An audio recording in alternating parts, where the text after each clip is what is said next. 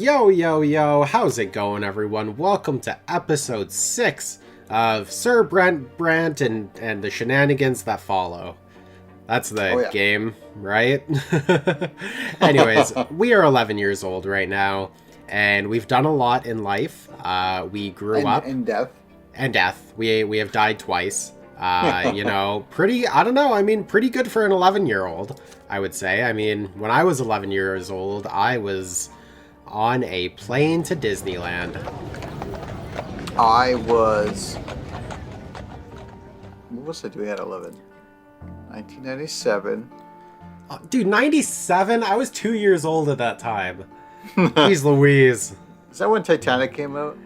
I think it was. Then I was watching Titanic. Nice. Good stuff. And being one of the first movies I cried at.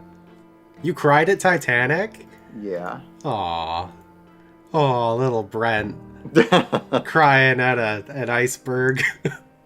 Yeah, it was so sad when the boat rammed into it. It was just a lonely little iceberg that did nothing. Right? Everyone is so... that. Oh, God, dude. Everyone is so upset being like, oh, no, all those people died on the Titanic. But how do you think the iceberg feels? I'm sure he didn't want to get hit by a giant cruise ship that day. Like, oy, God, people out there. Anyways, hot, dry wind sweeps through the city from the barren lands around it. The noble residents of Enizote prefer to remain in their chambers, while the commoners huddle in tents or in the shade of the silver tree. You are on an errand right now. Your father wrote a letter to a noble acquaintance, and you are to deliver it. Tomas, the boy down the street, is tagging along. The two of you are inseparable now. And then it shows, like, them over here, and they're literally, like, joined at the side. Like, they're spliced together in some weird, like, human centipede kind of thing.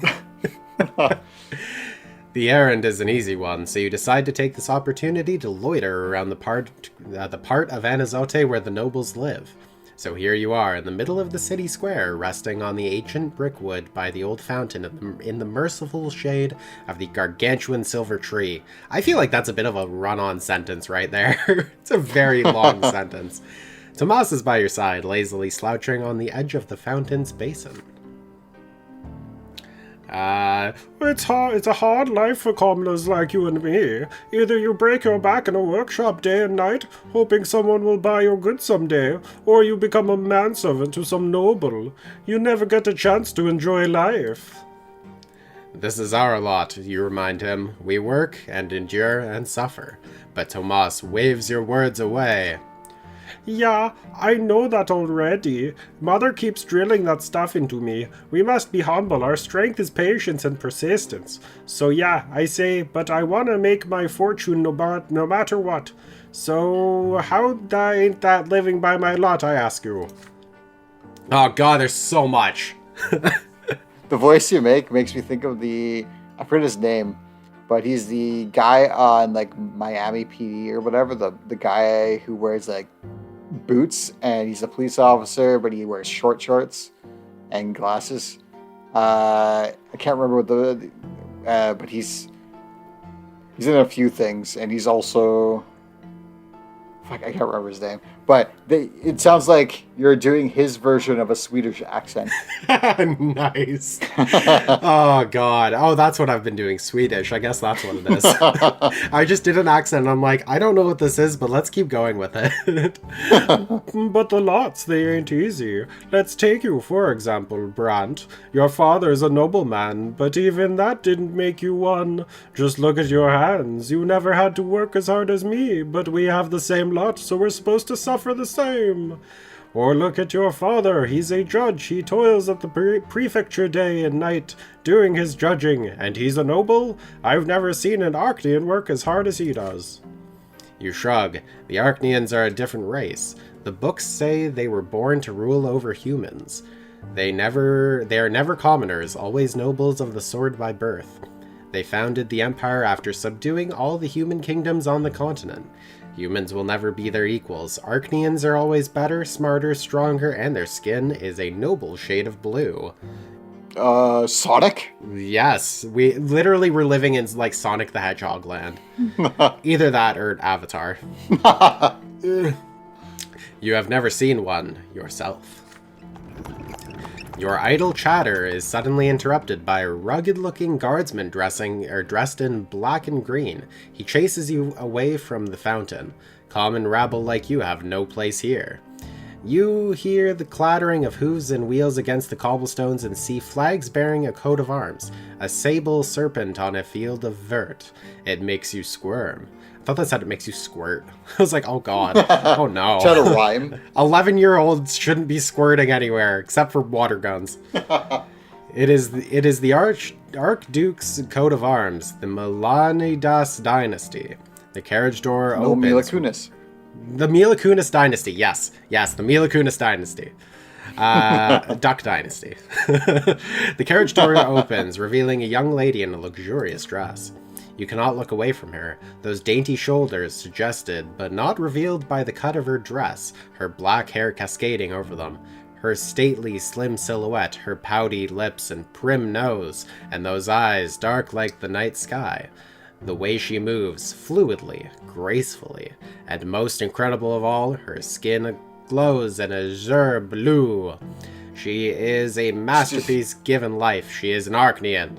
She moves in a circle in the page, fluidly and gracefully. Yes. Hey, Brent, you want to be Octavia Mila Kunis? There's a way for me. The Mila Kunis guardsmen work quickly to clear the way to the fountain for the Arachnean lady. The searing sun dances on her skin in bizarre patterns. With one elegant motion, she reveals a handkerchief, then leans over the basin and wipes her head and neck with its cool water. Well, I'll be. That's Octavia Melanidas, our Archduke's own daughter.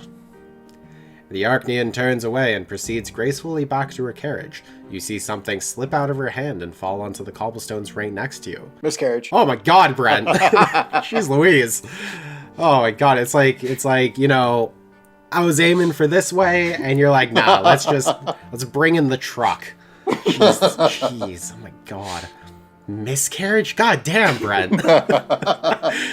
It is right there by your feet. Intricate craftsmanship, expensive woven fabric, delicately decorated with emerald filigree. Your heart skips a beat. Will you dare draw the beautiful Arachnean's attention in order to return her lost possession? Or would you rather not attempt to cross the chasm between you and her? So, Brent, it's already choice time. I'm going to assume that would get us in trouble. Give the handkerchief back to Octavia. We unlock a Matters of the Heart destiny, which is potentially a love thing. It kind of looks like it. Our willpower goes down to -5. Or down -5. Yeah, so we'll have 5 left. Yeah. And our relations, Octavia Melanidas will remember Matters us. of the heart. So She like trying to stake you in the heart the entire rest of the game. yeah, right. Like that's She thinks you're a vampire. Yeah. Only a vampire would give me back my handkerchief. Jeez. We can stash the trophy. You quickly hide the trophy, planning to sell it later. Oh god, our willpower goes up by 5, and our relation with Tomas Guerrero will go up by 1. So that's not bad. Or we keep the handkerchief as a memento, and our willpower goes up by 10. It feels like the thing I would do. Yeah. I think it's just give it back. It's like, why would you keep it? Well, yeah, that's the thing. Like, it's kind of strange to just keep it, right? I find keeping it would be like kind of creepy. Yeah, like really creepy. Like, imagine some girl's just walking and she's like blowing her nose and something, and you know she's a litter bug, so she just drops it on the ground, like, or she misses her pocket. Yeah, or something like that, right? And then you're not just gonna like run up, grab it, and be like, "Ooh, I'm gonna keep this as a memento from the one time I saw a pretty lady blow her nose." Like, it's weird. Oh, God damn it! What? If you guys hear some buzzing in my microphone, it's because they're blending food in a blender. Perfect time to record, right? Yeah. Oh man. Okay, Brent, what are you thinking? Do we give it back? Do we stash it? Or do we keep the handkerchief as a memento? I'm thinking we should give it back. Yeah, just give it back to the Octopath Traveler. Yeah. Hey, yeah, there we go. Octavia. It's basically Octopath Traveler. No, the Octopath Traveler Mila Kunis. Yeah, right? Didn't you know? Mila Kunis is like the, the ninth Traveler in Octopath Traveler. Oh, it takes a moment. It takes a moment to overcome your fear. You follow the young lady Mila Kunis and call out to her in a nervous voice. She turns around, her beautiful face marred by a puzzled expression. You extend the drop handkerchief towards her. Lady Octavia's face contorts into a sneer. She signs the guardsman indifferently. Oh, no. The guardsman's gauntlet-clad hand slaps you in the face. It rings your head like a heavy bell. Your nose cracks obediently under the staggering force. The rest of you follows suit and you fall prone. You can discern the guardsman's voice through the painful din in your ears. Should I take the handkerchief back, lady? Oh, after a commoner's hand have befouled it, let him wipe himself off with it, for all I care. I was pretty sure that was going to happen. I had a feeling that was going to happen too. Like, because everything in this game is like, oh, you can get something good out of this. Nope, you get beaten to a pulp. Yeah, right? Yeah, we got a broken nose from it. Like, that's brutal. Like, I know that's something where if you try and return something, like someone's dropped something and you try and return it in video games, sometimes it's like, oh, now they think you stole it, or like something bad like that. Yeah. I think there was a game that you pick it up and return it to them. They're like, why are you giving me my trash?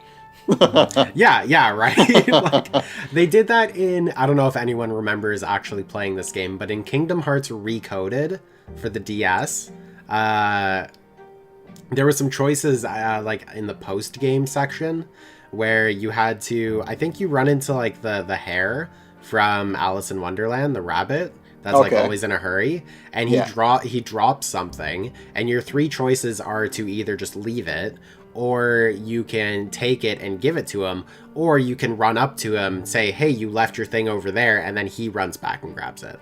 And the correct choice is to do that, because if you bring it to him, he assumes that you stole it, and then he like hates you. Yeah, so so that's kind of like, I don't know, I kind of have PTSD from that decision before, so I'm like, that's why anytime it's like, oh, return this to someone, it's like, should I actually return it, or should I just point them in the right direction? Yeah, it makes sense, because like when I see somebody drop something, I don't go over and pick it up. I say, hey, you forgot something, you dropped it on the ground here. I don't actually touch it. Yeah, right? Well, and especially because of, the Backstreet Boys, you wouldn't really want to touch it anyways. You experience your first romantic feelings. Oh, no. I thought girl who beat you in the face? Well, technically the guardsman beat me in the face. Who got a guardsman to beat you in the face? Yes. Man, we're a masochist. Broke your nose. Got a nosebleed in a Japanese anime or something. Oh my god. Got turned on because he had a nosebleed. Yeah, that's hilarious. Oh gosh. Year 1130, spring. The Quorum Decree. 12 years old now, you overhear an important conversation. It is a spring night, and Mother has just sent everyone to bed. You walk past Father's study and hear voices coming from beyond the door. Grandfather's yelling, and Father's replying quietly. The elder Brant men are fighting, arguing about the place of the commoners in the city. You sneak outside to avoid Mother's attention and hide next to the open window. And Bixby, go the fuck away! God damn it! Stop talking. Next to the open window of the study. Perhaps they'll mention you too. I forgot how the. I think that's me actually. Gregor's the uncle or whatever. Gregor, Brant, okay. Yeah.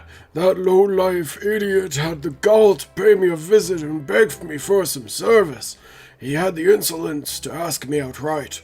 He thought I was going to support his claim for the chairman's seat in the Lesser Quorum. How dare he? Father, I don't remember how it goes. It's been a while. How his voice goes. Anything. Father, please listen. Mayor Egmont may be lowborn, but he carries a lot of clout in Magra. He owns 5 iron mines. A friend like him could get quite useful, should he become the chairman of the Lesser Quorum. I don't give a damn who this Egmont is, Robert. What he is, however, is lowborn. His lot is humility and obedience. The likes of him can never rule anything. They're nothing but a flock of sheep that need a firm, noble hand to guide them and jack them off occasionally. I wasted so many years trying to quash the quorum decree, but that accursed Cornelius Tempest did everything in his power to make the Emperor sign that pathetic screed, and now even lowlifes can yield power. True power, Robert. Just the right to discuss the size of the Archduke's tax, nothing more. That is only the beginning. What's next? Are they going to arm the lowlifes now? Make them into judges? If the Empire rejects the foundations and the lots, the entire edifice will crumble. Bah! Who am I telling this to? It is already crumbling, and you, my son and heir, are a harbinger of its destruction. Father, I'm begging you. I do not wish to marry a 3rd time. Lydia is a good wife and dutiful mother to my children. If you would only allow her to. I will allow them nothing, neither Egmont nor that freeloading wench of yours. What will you want me to do next? Live by the laws of the lowborn? I can already see where this is going, and I'd rather run my own sword through my gut than live in a country where nobles and lowlifes share the same rights. My only dream is to see the name of Brant in the Blue Book, but that dream will never come true. They will never call me Venerable El Brant, and it's all because of this marriage of yours. No, you'd just be dead by that time. Yeah, right? Literally happens like the day after he dies. Oh, man. My only hope now is to hear Stefan addressed in such a manner one day. Thank the twins I didn't let you ruin the boy. He's about to grow up a true nobleman. His children will bear the name of El Brant. You have 2 more grandsons. I don't give a shit. Those spineless milksops from the common lot, they're incapable of anything. The best your middle son could do is sneak into the Imperial College and get ennobled by the mantle, although I have grave doubts about even that. As for the downtrodden Nathan, I hold out no hope for him whatsoever. You hear grandfather's heavy footsteps, the thudding of his cane, and slamming of the door. It's time to sneak back home before you get discovered this time. Hey, we got some power. Nice. That's cool. I mean, we're at -3 now. We're not very powerful. Our 12-year-old is not very powerful.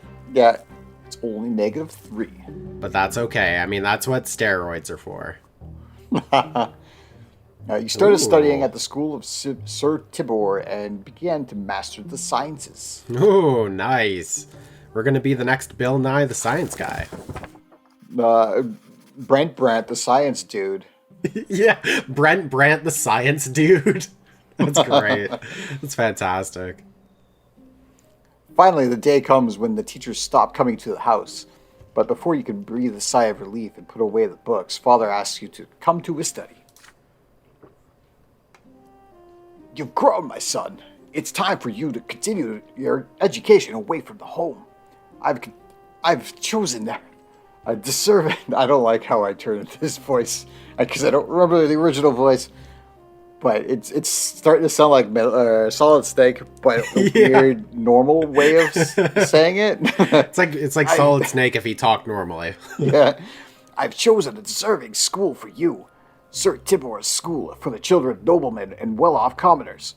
Naturally, it is not a sporting school for nobles, so you'll study there during the day and come home during the evening. You share the news with your best friend, Tomas. Sir Tibor's school, eh? Yeah, I gotta ask my parents to send me there too as soon as they get the coin together. Father says his workshop has toiled day and night for years to save up for my education. The school is based on an ancient estate of Archnean design. The classrooms are tall and spacious with massive benches. Sounds of scraping quills and lectures on history and imperial law and theology echo in this vaulted ceilings. That was a long-ass sentence. Run-on sentences for days, dude. It felt long anyways. The rules are strict, the lessons tiring. Restless Tomas keeps getting distracted, and several times he gets his hand slapped with a stick for it. Every teacher demands flawless mastery of their subject. Every day, Father asks you about your studies. You have already told him twice how Magra joined the Empire and how the Noble's Court of Honor is different from the Commoner's civil court in the city prefecture. But Father keeps pressuring you to work even harder. When it is time to go to bed, Mother will not let you go to sleep until you recite a newly learned prayer for her. And when it is time to go to school, you promise her every day that you will behave with great humility and steer clear of insolent behavior of any kind, like jerking off in the school. I didn't do that. I mean, he didn't do that. I mean, I didn't do that either. I did. For you to still live for the Commoner's lot. And that lot is hard work and suffering.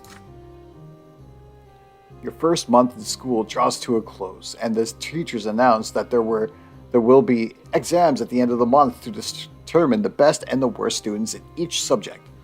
Father insists that you devote all your spare time to studying law and history if you wish to follow in his footsteps. But when you speak to Mother every day, you start considering theology. You still remember the revelations and divine visions that came to you in the earliest years. And bullshit. That's a weird way to go after, like, I only do this for myself. Now I have to believe in all these the after people death things. I don't know. Well, maybe it might. Or maybe he's using it, seeing if he can use it for his advantage in the world. I guess maybe that makes more sense. Potentially. You have only one more day until the exam. You have locked yourself away in your room, and it is getting late. It is already getting late. Your desk is covered with handwritten notes surrounded by leather-bound books. Just looking at them makes you queasy, but you have to read through all of them again, at least for one of your subjects. There is a nagging thought on your mind. Tomas ended up with big trouble with the other day. I read that weird. Anyways, he got in the fight with several boys who live next street. I don't like that sentence. Who live next street. Classic Brent. They heard about your wooden... I hate next street. It's still bothering me. They heard about your wooden fortress and got in an outrage by the fortification built by commoners. They swore to dismantle it tonight. Tomas swore he would defend the fortress until the very end, or until the end as well. Perhaps you should abandon the books to rescue the friend in need. But then you hear your little brother Nathan knocking at the door. He stands there shyly, not saying a word. He often does that, standing still, staying speechless until you either speak to him first, or he runs away. But this time, he actually says something. The door is locked. Are you okay, Brent? Is there anything I can do to help? I know his is supposed to be squeaky, but I don't remember any of the characters anyways. Like with Danganronpa, it makes sense. Like, oh yeah, we gotta keep the characters the same, blah, blah, blah. For this, I'm like, whatever, just give them whatever good voice. enough. Yeah. Your head is spinning. This is the last evening before the school exam. If you fail, your family will be very disappointed. You have to refresh your memory on law or theology. Either one or the other. But Thomas and your fort are about to be stormed. Why, today of all days? You grind your teeth at the rage of the thought. Nathan is by the door, trying not to bother you. He wants to help you in the only way he can. For reasons only known to him, will you accept his help? Yes, he can study for me. And I'll yeah, right? So, okay, 4 choices. We can focus on law and history. He can quiz me while I'm beating the shit out of other people. Yeah, you're right. Let's do it all at once. We'll go help Tomas, and we'll spend a moment with Nathan, and we'll study everything. So, okay, so choices. We can focus on law and history, which is chill, right? Nobility +1 and Robert Brant +1. Yeah. We can go help Tomas. Our ingenuity will go +1, and our relationship with Tomas will go up by 1. We can study theology. Our spirituality will go up by 1, and Lydia Brent, our mother, relationship will go up by 1. Or we can spend a moment with Nathan. Our willpower will be +10, and our relationship with Nathan will go up by 1. I don't want to study theology. No. I don't think that makes sense with the character that we're making. No. I want to say we'd either just spend a moment with Nathan, or I said top or bottom. Yeah, I don't think we should go help Tomas because I just think that's gonna be shitty. Yeah. Yeah. Yeah, I'm thinking, because okay. Man, what is Nathan trying to do anyways? Do we even know what he's trying to help us We know with? nothing of him. Maybe he will. I don't know what he's gonna try and do or what he wants to do. Yeah, because if he, I don't know. I feel like we should be close with our brother, is the thing. I feel like I'm sort of going towards this a little bit more. Spend a moment with Nathan. Plus, we get +10 to willpower, which is kind of good for future endeavors where we might need willpower. Either that or focus on this. But I don't like our father character either, really. I like him. I like him because he's not a total asshole. The grandfather is a total asshole. And it seems like the dad has just kind of had to deal with him his entire life, so he's, I don't know, man. What are you thinking, Brent? Might as well spend a moment with Nathan. All right, well, we will do that then. Because we can use the willpower for later. Mm-hmm. You cannot help but pay attention to your brother's quiet, weak voice. You push the books away. Nathan runs to you and wraps his arms around your legs. That's a weird way to give a hug. Okay. Oh, yeah. They should just leave you alone. I don't want you to get sick. Warmth emanates from his hands. You feel the burden of the responsibilities thrust upon you fall from your shoulders. At last you realize something. You can make your own decisions rather than submitting to the will of others. You laugh at this realization and feel a new spring in your step. Nathan laughs with joy when he feels this. He takes your hand and pulls you outside. He wants to fight. Yeah, dude, he just wants to beat the shit out of you. You've studied enough. You spend the rest of the evening playing with your little brother, teaching him how to build a watchtower out of wooden planks, sticks, and old rags behind the house. Nathan's success in construction leaves much to be desired, unlike his skill in covering himself with mud. Still, he is absolutely overjoyed. The morning comes. You barely have time to wake up before you are walking to the menacing edifice of the school. The entire day is a constant flow of questions demanding answers. You give satisfactory responses on law and history, although you are somewhat confused by the many technicalities and chronological orders. Your knowledge of the interpretations of the laws leaves much to be desired. Your parents are dissatisfied with your performance. You know that you could have worked harder. Yeah, well, guess what? I don't care. I'm an angsty 12-year-old. But it is isn't it there's a study, not scientific, but there's a study on studying. Essentially, if you are always studying and studying to the last moment is actually a negative effect on your Yes. memorization and understanding. So by taking a break, if you already know the stuff, you can actually remember it better for the test. So technically, it was a better decision. I think it was a better decision as well. 100%. I mean, it could have been one of those situations where, maybe he should have just like before that situation, maybe studied everything a little bit more.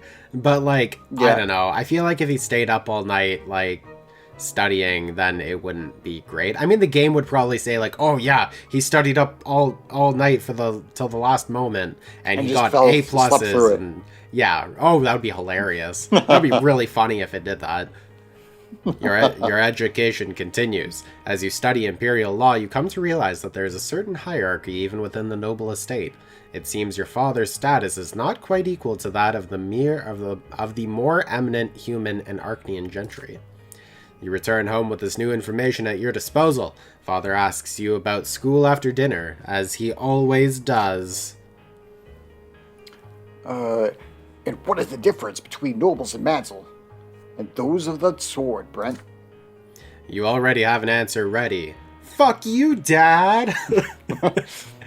The latter status is hereditary, meaning that it is passed down from father to son. After the Arcanians, the nobles of the sword are the most eminent humans in the Empire. That's not hereditary. That's totally hereditary, man. Everyone knows that. That's only like... Hereditary is from gene... or is something passed down from parent to child. Father to son is actually like something different. Oh. It's something specific. I don't know. At least hereditary is like, it is a vague use and it does work, but it also is a vague use of that. And it really bothers me. It bothers me. Okay, Brent. They own land and estates. They fill offices of the highest ranks, and the names of their bloodlines are preserved within the Great Blue Book. Nobility of the sword can only be granted only by the overseer of the province or the emperor himself. If you see a PAST passed instead of a PASSED, you better know that I'm going to bring that up, and I'm going to be pissed. Oh my god! I feel like you're gonna be once already. you're gonna be Robert Brant, right, with your kid eventually one day, but it's all gonna be about grammar. It's all gonna be about correct sentences and nope, you use this wrong tense. All right, you're getting the whip. Like,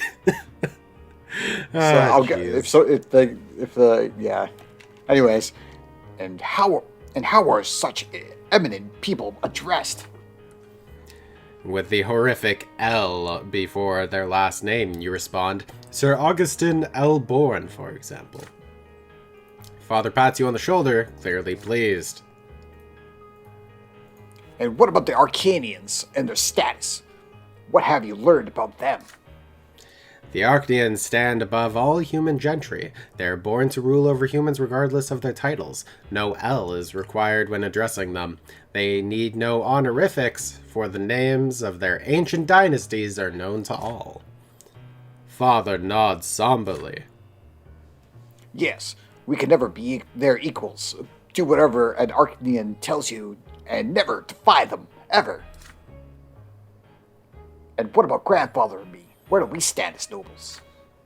That is easy. Father and grandfather are nobles of the mantle. This title cannot be inherited, but it can be earned by any commoner as a reward for great services to the Empire and the Legion or as a civil servant. Father suddenly grows quiet and looks you in the eye intently.